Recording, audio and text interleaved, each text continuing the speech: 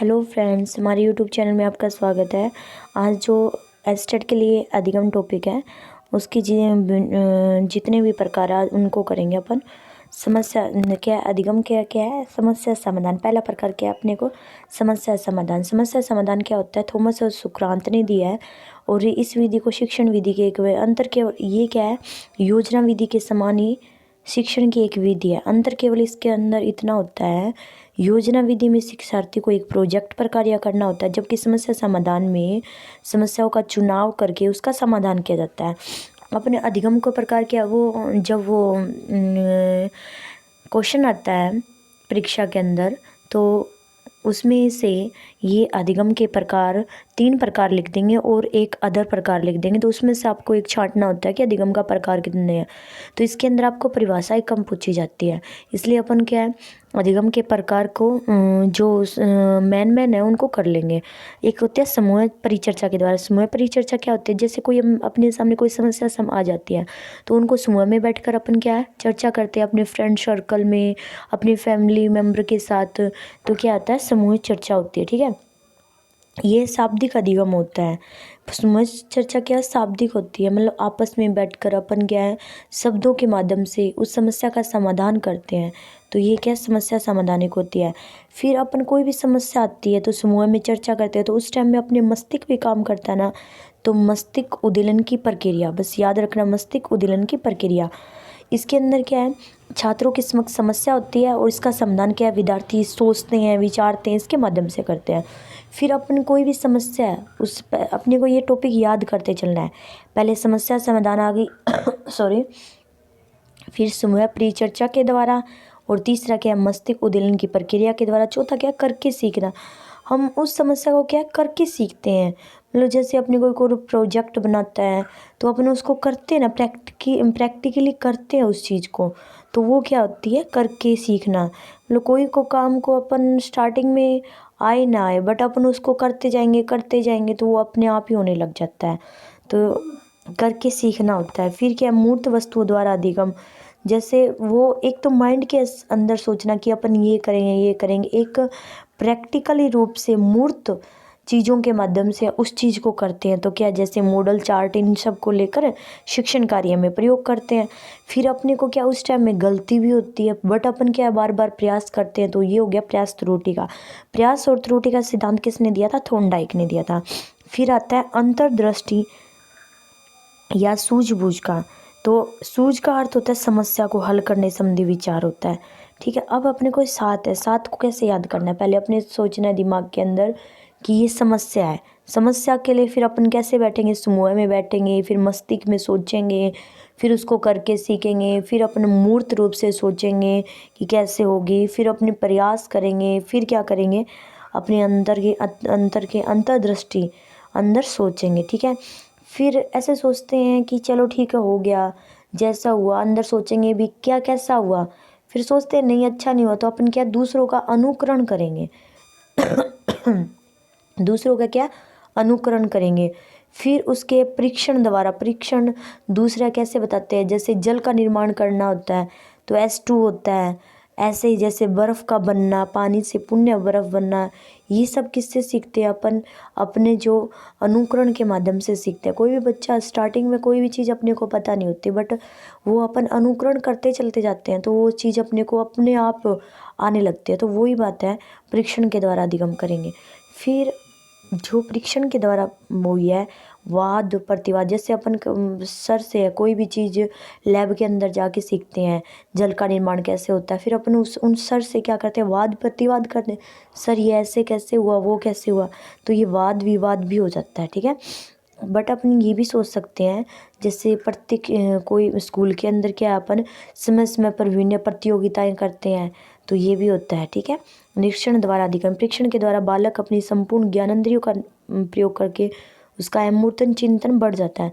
निरीक्षण क्या है, निरीक्षण करता है ना बालक तो उस टाइम में अपनी सारी ज्ञानेंद्रियाँ कर का प्रयोग करता है और क्या है अमूर्त चिंतन बढ़ जाता है। जैसे भी कोई भी चीज़ हो अपने, जैसे कोई बाहर वो चीज़ रखी हो बट अपने बारे में हम उसके बारे में सोचते रहते हैं वो ऐसे कैसे हुई। कई बार क्या होता है अपन क्या कोई एग्जाम्पल कर लेते हैं, कोई सम निकालते होते हैं तो उसमें क्या करते हैं अपन, ऐसे सोचते रहते हैं ये कैसे हुई, अपने पास से बुक हट जाती है, फिर भी अपने दिमाग में क्या रहता है, वो चीज़ कैसे आई, ये चीज़ कैसे आई, ये क्या होता है, अमूर्त चिंतन होता है। ठीक है। संज्ञानात्मक अधिगम प्राप्त ज्ञान या अनुभव का मूल्यांकन गुण दोष विवेचना आदि करके शक्ति संज्ञानात्मक अधिगम के अंतर्गत आता है। एक होता है वर्कशॉप विधि, एक डाल्टन विधि और एक बेसिक विधि। बट ये गिनने की विधि ये क्या है, बहुत ही मोस्ट इम्पोर्टेंट है।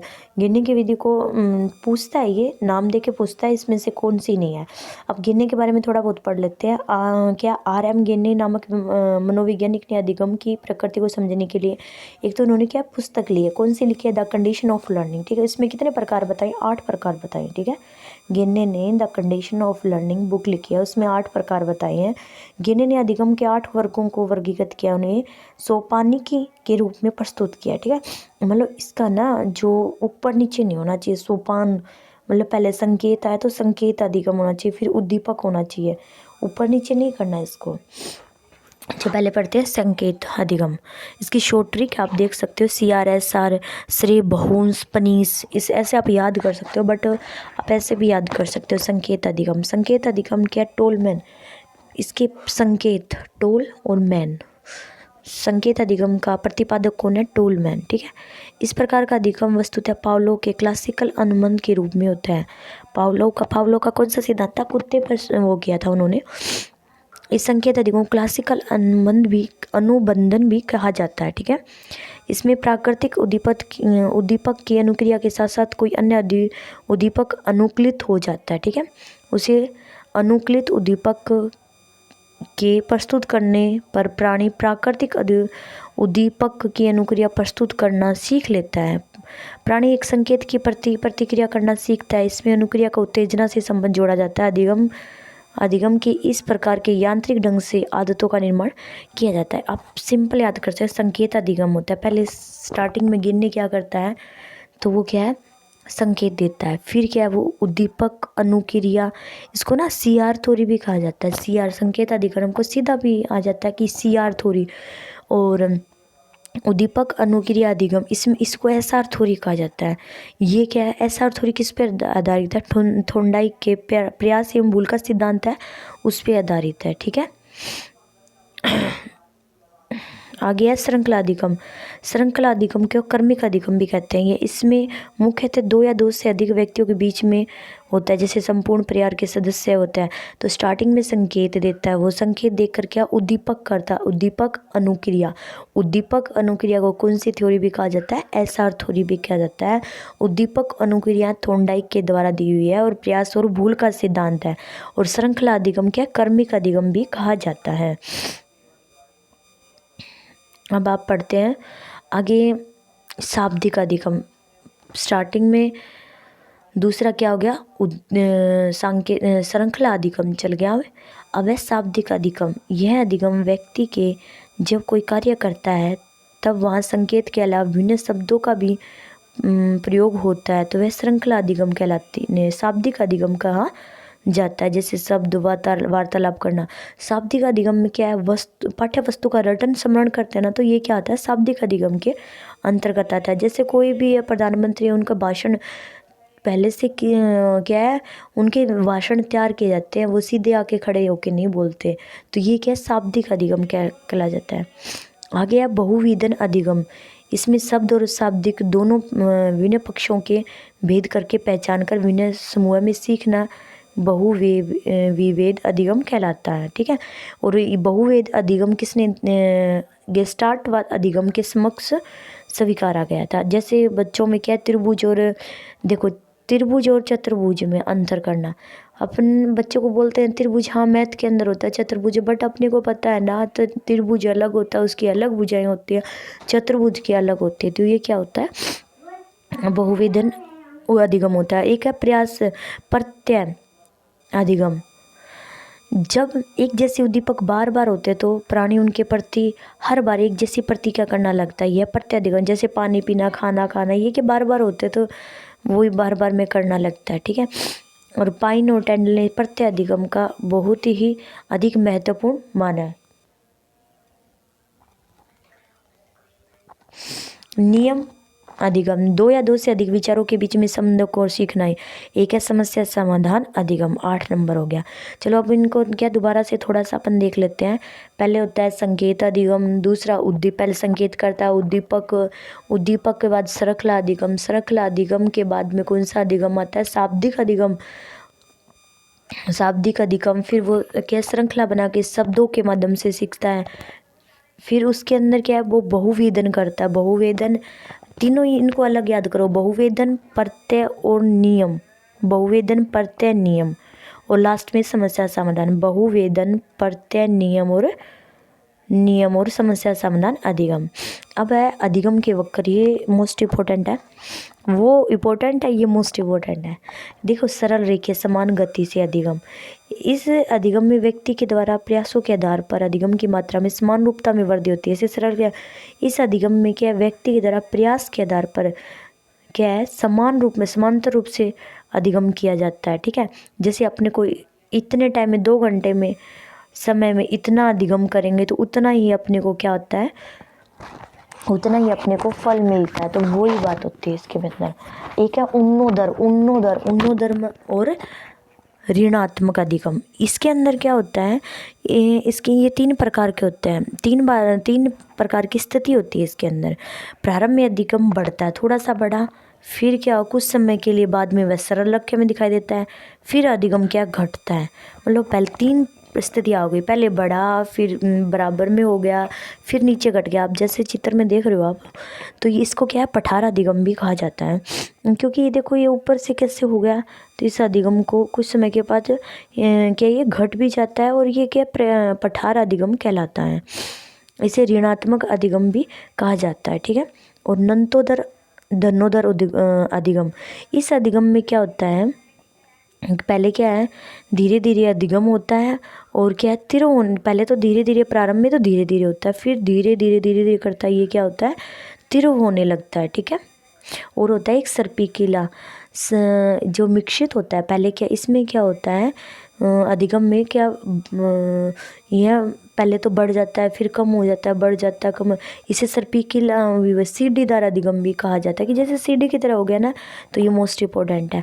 अब अधिगम के, जैसे आपको पूछे कि अधिगम वक्र के विभिन्न प्रकार क्या है, अधिगम वक्र के प्रकार बताने अपने को, क्या होते हैं, 4 होते हैं। पहले तो सरल रेखों के अंदर, फिर क्या होता है उन्नोदर या ऋणात्मक में, फिर उन्नोदर बाद में क्या होता है नत्तोदर धनात्मक, एक सर्पिकिला काल, ये आपके हो गया अधिगम के। अब है अधिगम का स्थानांतरण, जैसे अधिगम का स्थानांतरण कैसे है, सकारात्मक, पूर्व में सीखा गया कार्य का प्रभाव यदि वर्तमान में, सकारात्मक क्या होता है, जैसे अपने को पीछे अपने को साइकिल आती है और अब अपने को स्कूटी सीखनी है, तो वो साइकिल सीखी हुई किस में आएगी, स्कूटी के अंदर आएगी ना, तो ये क्या होता है, सकारात्मक धनात्मक होता है। और क्या होता है नकारात्मक, नकारात्मक क्या है, पूर्व में अर्जित ज्ञान या परीक्षण नए ज्ञान में सीखने में काम नहीं आता है, बाधक बन जाता है। जैसे क्या है, सिलाई मशीन ठीक करवाने वाले कारीगर कार ठीक नहीं कर सकता है। जैसे अपने को पहले अपने क्या अंग्रेजी आती थी, बट आप हिंदी सीखेंगे तो अपने को ये थोड़ी ना है कि वो अंग्रेजी अपना साथ दे रही है, नहीं दे रही ना, तो ये क्या नकारात्मक होता है। और दूसरा क्या होता है, शून्य अधिगम होता है। शून्य अधिगम में क्या है कि इसमें तो बिल्कुल ही अलग हो जाता है, पीछे का कोई कुछ भी काम में नहीं आता। अब आगे आता है क्षैतिज, इस परिस्थिति में अर्जित ज्ञान का प्रयोग व्यक्ति उसी प्रकार लगभग समान परिस्थिति में किया जाता है, मतलब क्षैतिज रेखा होती है, और ये ऊर्ध्वगामी स्थिति में, 1 सेकेंड,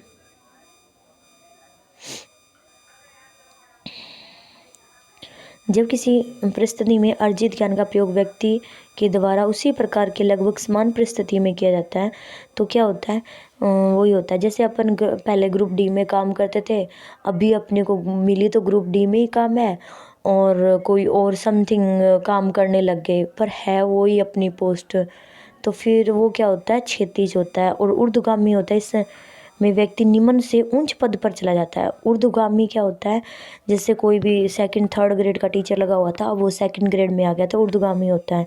और द्विपार्श्विक संस्थान, इस संस्थान में एक विशेष समय प्राप्त होता इस समय विशेष में प्राप्त किया गया अनुभव ज्ञान का दूसरे समय में केवल देखने मात्र या सुनने मात्र से अनुभव प्राप्त किया जा सकता है।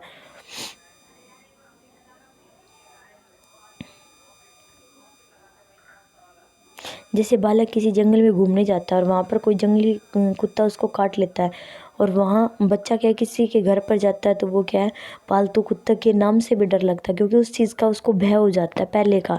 तो ये क्या है द्विपार्श्विक होता है। ठीक है।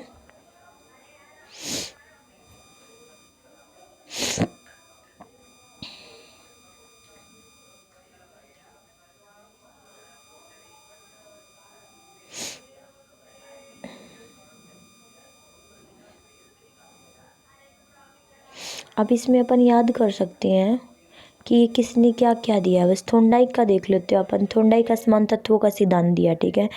इस सिद्धांत के जनक थोंडाइक है। समान तत्वों का सिद्धांत किसने दिया? थोंडाइक ने दिया। ठीक है। और जड़ का समानीकरण व सामान्यीकृत का सिद्धांत किया चार्ल्स एच जेड ने। थोंडाइक की आलोचना करते हुए कहा कि व्यक्ति प्रत्येक कर सामान्य सिद्धांत निकाले तो जड़ का समानीकरण व सामान्यीकृत का सिद्धांत। ठीक है। स्पीयरमैन का द्वितत्व का सिद्धांत है। इसमें तो आपको पता है बुद्धि दो प्रकार की होती है, जी और एस फैक्टर होते हैं। जी क्या होता है? जन्मजात होता है। एस होता है स्पेसिफिक, वो क्या होता है? अर्जित करते हैं अपन। ये गेस्टाल्ट बाद आपको याद करवाया था, कोलर कोफ्ता और वर्दीमन ने दिया है। और संयोजनवाद का सिद्धांत ये भी क्या है? थोंडाइक ने दिया है। अब है अधिगम का क्षेत्र।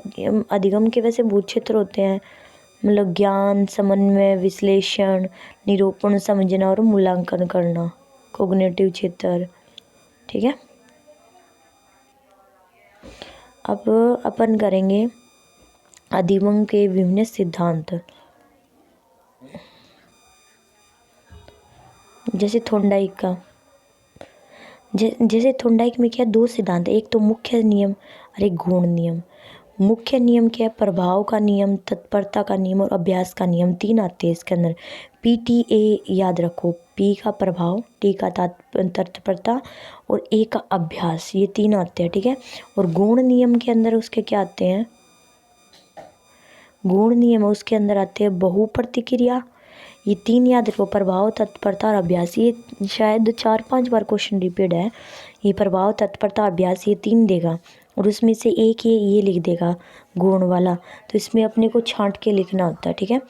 तो ये प्रभाव का नियम, ये तीन याद करने आपको, प्रभाव का नियम, तत्परता का नियम और अभ्यास का नियम, PTA। ये क्या है? मुख्य नियम। और गौण नियम में PTA ए तो आता है, इसमें 2 बार आता है, बट अपने हिंदी में भी याद कर लेते हैं। बहु प्रतिक्रिया, पहले क्या गौण होता है तो बहुत प्रतिक्रिया होती है, उसमें आत्मीकरण भी होता है। आत्मीकरण का सिद्धांत बहु प्रतिक्रिया, आत्मीकरण और मानसिक स्थिति का साहचर्य या परिवर्तन का आंशिक क्रिया का बहु प्रतिक्रिया। एक तो याद करो आप साथ साथ में मेरे, बहु प्रतिक्रिया बहुत ज़्यादा प्रतिक्रिया होती है, तो उसमें क्या अपनी आत्मा क्या है? आत्मा मानसिक स्थिति थोड़ी खराब हो जाती है, बहुत ज़्यादा काम करेंगे तो अपन क्या है आत्मा और मानसिक स्थिति खराब हो जाती है। साहचर्य परिवर्तन, इससे क्या आपने सभी में क्या परिवर्तन होने लगता है, ऐसे याद कर सकते हैं। और फिर क्या अपन परिवर्तन होगा तो अपन क्या पहले बहुत कार्य करते थे, अब हम कम कार्य करेंगे तो आंशिक क्रिया, ऐसे याद हो गया। देखो बहुत काम करते थे अपन, फिर अपनी आत्मा और मानसिक प्रतिक्रिया है उनमें क्या है सारा परिवर्तन होने लगता था। साहचर्य मतलब सारे परिवर्तन होने लगते हैं, फिर अपन क्या आंशिक क्रिया करते हैं। इसको क्या है, ये कितने 5 है, गौण नियम 5 है और ये 3 है। ठीक है। ये इन्हीं के है। ओके फ्रेंड्स, आज के लिए इतना ही। हमारे चैनल को ज़्यादा से ज़्यादा शेयर करें, लाइक करें एंड कमेंट करें। Thank you.